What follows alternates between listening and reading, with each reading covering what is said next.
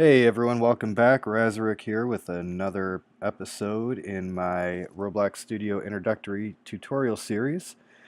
Today we're going to pick up sort of where we left off with the last video, where we just sort of covered the basics of assembling various parts into a model and texturing and coloring them and anchoring them and things like that. Today I'm going to put together something a little bit more practical. The previous video was just more for demonstration purposes, and I don't expect anybody to actually use a model constructed like that in their game. But this one here, I'm actually borrowing an idea from the wiki, because I have seen a few comments from various Reddit threads and things like that where people were kind of having a hard time following along. So we're going to dive into that and take a look at some added effects like smoke and fire and things like that, and we're going to put together a campfire. So to get started, we're going to go ahead, first of all I have the flat terrain template loaded up here, so we have a nice grassy area to work with. So I'm going to come up here to the model tab now, and we're going to go ahead and bring down our parts. And actually, you know what, let's go ahead and start with a block. We'll do a square setup similar to how they did in the wiki, with our own little spin to it. So first of all, let's get rid of our studs here. So we're going to go down to surface. So I've selected the part. I'm in the properties panel, and again, if that's not visible, you can find that in the view tab. Make sure properties is enabled here. I'm going to come down here to surface, and let's go ahead and switch where you see inlet to smooth for the bottom surface, and for the top surface we're going to switch studs to smooth as well. So we have this smooth surface now. And for our material, let's come up here and let's try, I think maybe, no, let's go with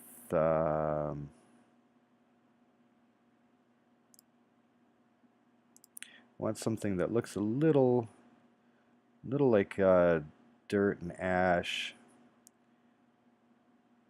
You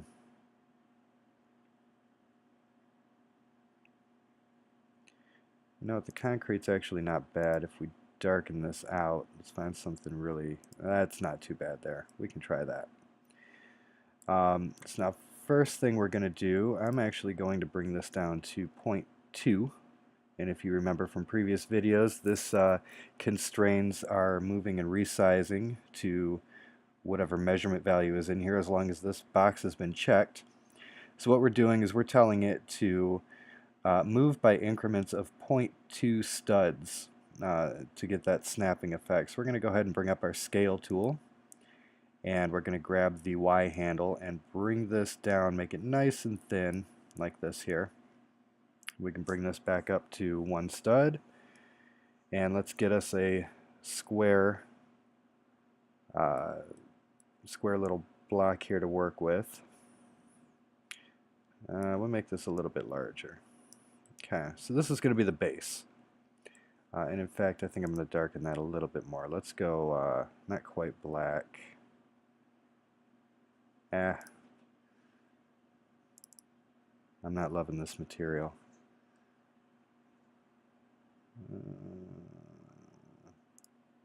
No, definitely not. Sometimes you just have to kind of play around. That's actually pretty cool right there. I think that'll look all right. So now with that done, I'm going to go ahead and, just for simplicity's sake, I'm going to duplicate this.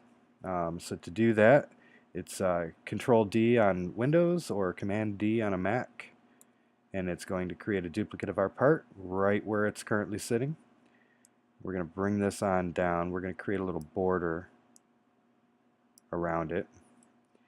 And for our texture, let's change this to brick. And actually the gray looks pretty cool. I kind of like that. I think I'm going to leave that. So we're going to go ahead and duplicate that. And grab our move tool. We're going to slide it along the x-axis here to the other side. And then we're going to duplicate again. grab our scale tool, and let's bring this on down and over. Now, we could leave it this way, but one thing that you're going to end up with is this overlap of textures, and you'll kind of see them flickering as I'm moving around. There's a couple of ways to fix that. The easiest thing to do, though, to just avoid it altogether, would be to size this down so that they're not overlapping. And so now that we've done that, we're going to go ahead and duplicate again and move this to the other side. So now we have our little square fire pit. Okay? And from here, and actually, you know what, we're getting some overlap here, so one thing that I am actually going to do, so we're going to grab that center part again, and let's just go ahead and size this down away from all of those edges. There we go. So now we don't have the texture bleed coming off the sides either. So now one thing that we can do here is we can go ahead and group all of these parts since we have our constructed fire pit. So to do that, Control G on Windows, Command G on Mac, or you can right click and hit group. And let's go ahead and name this fire pit. Okay. Now from here, I'm going to go ahead and grab a new part from our model tab here. We're going to hit this drop down, and let's go ahead and grab a cylinder. Now just like in the last video, we're going to go ahead and treat this as a log, and to do that we're going to change the material to wood, and we're going to change the color to, let's go with a deeper brown than before. Let's see, maybe dirt brown looks pretty good. I think I'm going to go with dirt brown here. And I'm going to change this to 0.5 and scale this on down a little bit here. For our rotation, let's do 15 degrees because 45 is a little bit too extreme. And we're going to rotate. Now if you know anything about Boy Scouts training, you want to go with a bit of a TP look here. So we're going to stack these.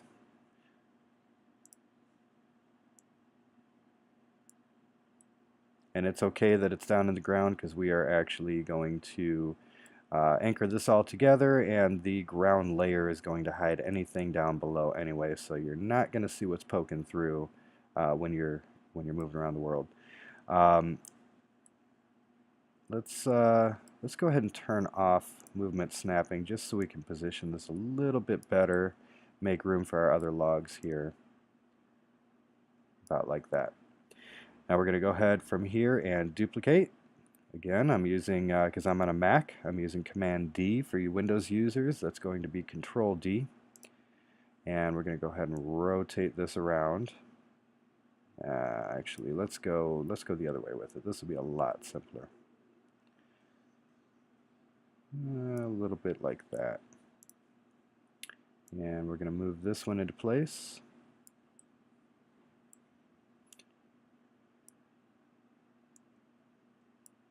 Now if you're going for realism, you can avoid this little overlap here, but for timing purposes, I'm going to go with it. Obviously, in a real fire, this would not be the case, and you would stack these a little bit differently so that they weren't kind of falling into each other. But once we get the fire on here, you're not going to see it anyway, so it's actually okay in this case.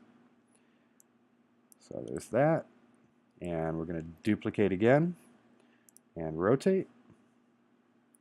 And let's go ahead now and let's bring it this way. And we'll let that lean a little bit. A little bit of added realism, I suppose.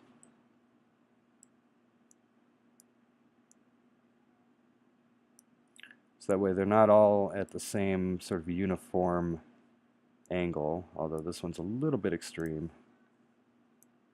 Let's fix that. There we go. So like that, and let's go ahead and do just one more. So duplicating again. I'm going to go ahead and move it over here, and let's rotate it back this way and a little over this way. And we'll go ahead and place it. Now again, if I were doing this for you know, a game or something, I would be much more careful about the way that these are overlapping, but I don't want to go too in depth with that right now, just for the sake of timing. That's something that you can play around with and fix on your own. For right now, we're just going to go ahead and go with it. Now to add the fire, we're going to need to place it on a part. And there's a few options here. We can place it on a log, we can place it in the pit directly, however you want to do it. I like to have a little bit more control over the placement and things like that. So what I'm going to do is I'm actually going to create a sphere. And we're going to grab our scale tool. Let's turn this back on, set this to 1. Oops, not 21, 1. Now, another good hotkey to remember here, if you want to do a uniform scaling.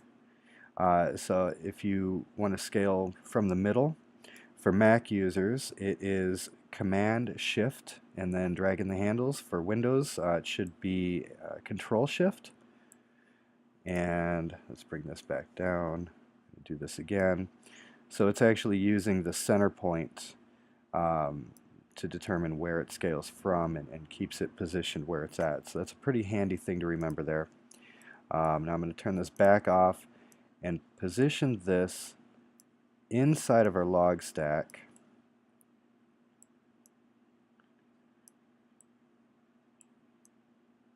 And I'm going to move it down underneath the logs just above the base of our fire pit.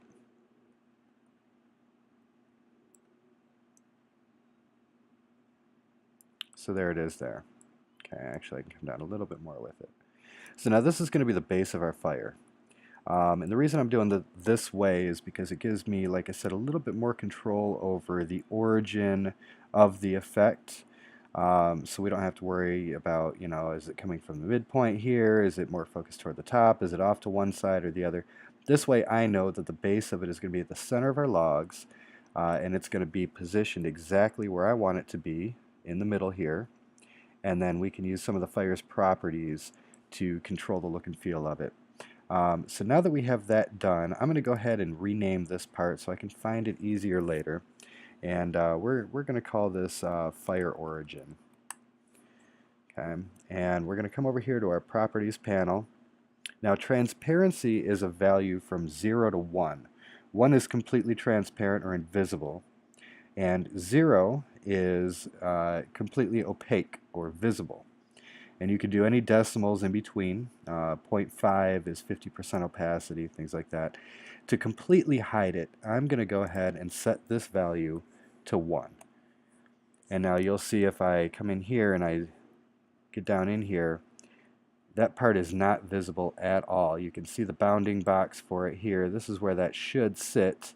And if I bring this transparency back to 0, it's visible again. So, and again, like I said, you can do partial values, but I'm going to go ahead and do fully invisible because we don't need that part showing whatsoever. It's strictly for placement purposes. I'm going to group the other pieces here, and we're going to call this logs. Okay. Now for our fire origin, if you come up here again, I'm under the Model tab. Underneath Effects, there's another arrow similar to how there is on Part. I'm going to go ahead and select Fire. So now you see we have a flame coming from the center of our logs, which it looks pretty good, but it's not really engulfing all of the logs. So we need to increase the size of that. In our Properties panel, as long as we have the Fire effect selected, there's a size property. And you can increase that, and I'm using the scroll wheel right now, so you can scroll up and down. Now that doesn't update until you select out somewhere, so you can see that the flame jumped. So if you are controlling it this way or this way, you're not going to see the change until you click outside of that box, and then you'll see it update from there. So 0.7 looks pretty good. I think I actually want it a little bit bigger because we're not taking all of the logs in that flame there. There we are, 0.8's pretty nice. And it looks like I actually need to adjust the position just a little bit here. And again, this is a key benefit for having this part house our flame, because then I can move them around without altering where the logs or the fire pit are, and gives me a much better amount of control here. Now there's some other properties here. Heat is a different property here, and the value here kind of determines how violent the flame looks like, I suppose you could say. So if we increase this value to say 20, you can see the flames roaring much bigger now, and same thing if we crank it way down here, we'll go to 3. We have sort of this light kind of barely burning flame here. I think in our case 10 is a pretty good value. So our logs are up in flames, looking pretty good here. Now this is looking pretty good, but if we were to look at this at night, it's not going to be totally realistic because we're not going to get that nice warm glow around the flame. So we're going to go ahead and fix that right now. So coming back over here again to our fire origin, I'm going to add another effect. Now notice I still have the fire effect in here. If I select this drop down, I'm going to come down here to point light. Now it's actually added right alongside fire, so we're able to stack multiple effects within the same part. Within fire here, so right now we have this white colored light. I'm going to change that, and let's go with more of an orange colored light. Hit OK there. And for our range, I'm going to crank this up to 15, and you can already see we've got this nice orange glow coming out of here. This shadows checkbox here allows you to determine whether or not you want other objects to interrupt this light source, and I can show you that just a second here. So I'm going to enable shadows, and you'll see there was a slight flicker. Now to demonstrate, if I come in here and I add a block, I'm going to resize this here. Snap. So I'm going to add this block. I'm going to make it nice and tall and wide. Now if I come over here and I move this in the path of the light here,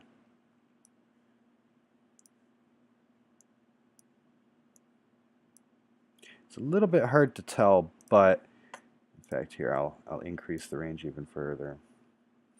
It's a little bit more obvious with direct light sources like spotlights and things like that, but the object here actually absorbs and blocks some of the light that's coming through it, and I can demonstrate that a little bit better in a later video using spotlights and things, where you'll see how they'll actually cast shadows, and the area behind those objects won't be as well lit as surrounding areas that aren't being blocked by any source.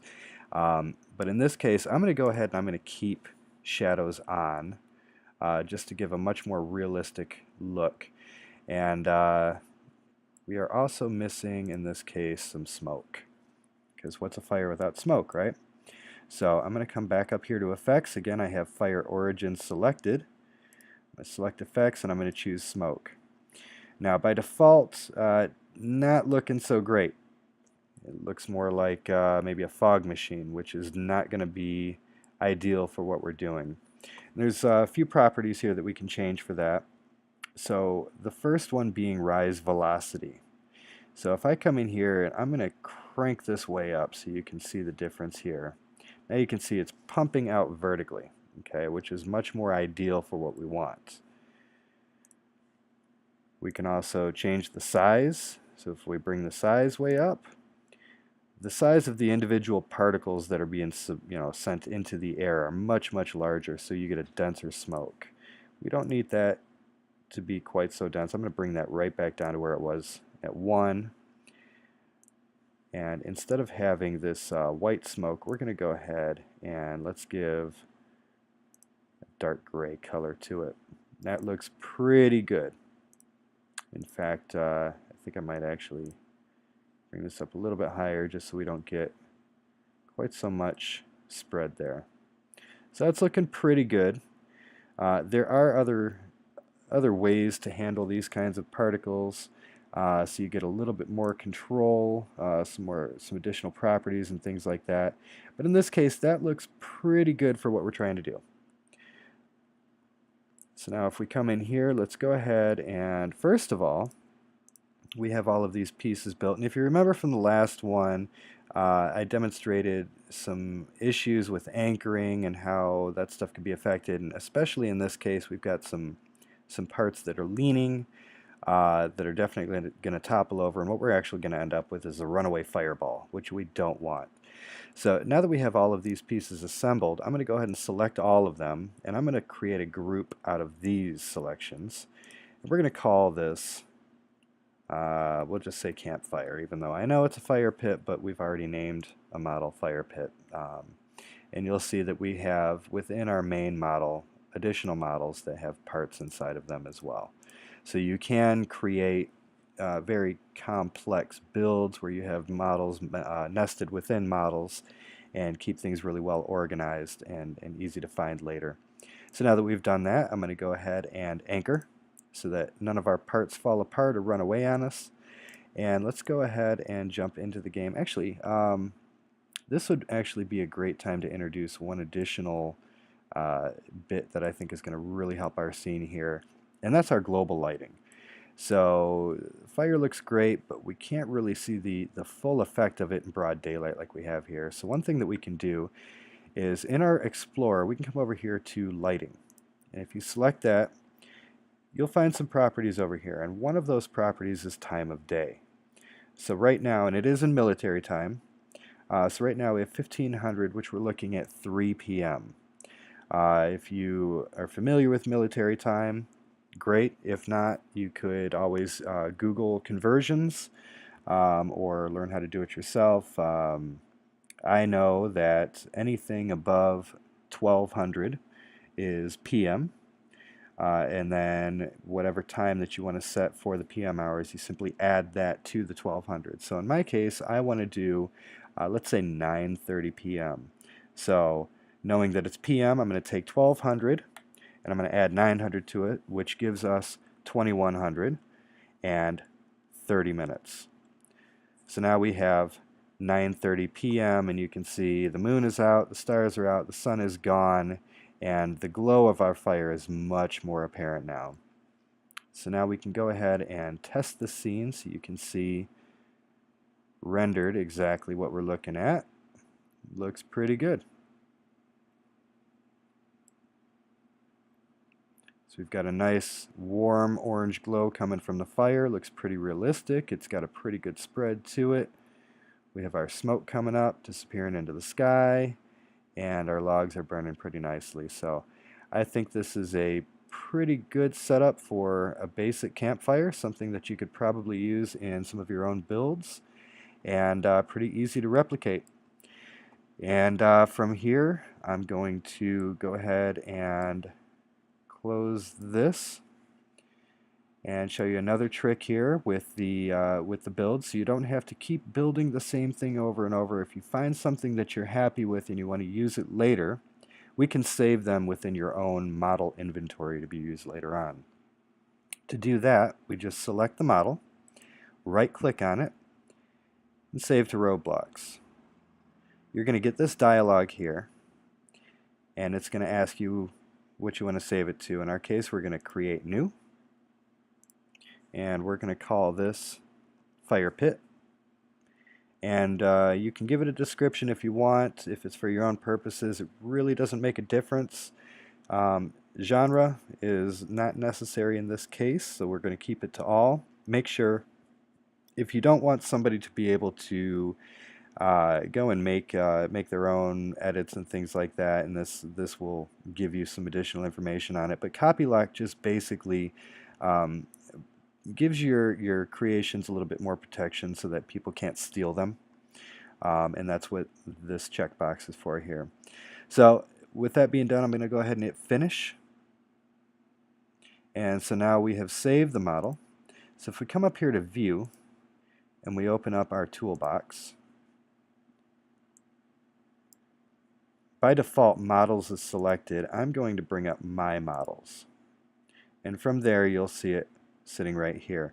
Now, the reason you see this icon is the thumbnail is still being generated, and there's an approval process that goes through just to make sure that your content is appropriate for Roblox and things like that. And you will actually get, I've seen it happen numerous times, you can end up with an account ban for storing inappropriate content. Once it goes through this moderation process and it gets flagged by their system, they'll slap you with a ban.